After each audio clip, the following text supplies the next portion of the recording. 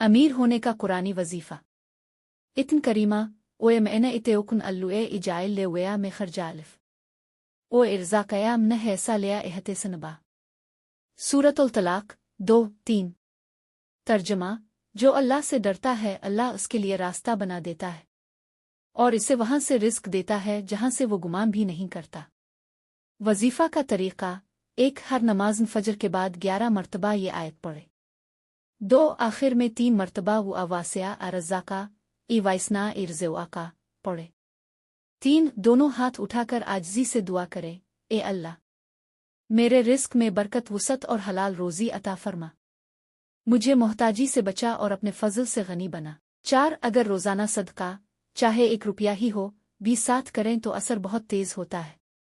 دل کی دولت، حضور نے فرمایا اصل دولت مال کی کثرت نہیں بلکہ دل کی امیری ہے۔ بخاری و مسلم۔ نوٹ: یہ وظیفہ 40 دن تک مسلسل پڑھے، پاکیزگی کے ساتھ دل سے یقین رکھ کر۔ اللہ انشاءاللہ رزق کے ایسے دروازے کھول دے گا جہاں سے آپ نے کبھی سوچا بھی نہیں ہوگا۔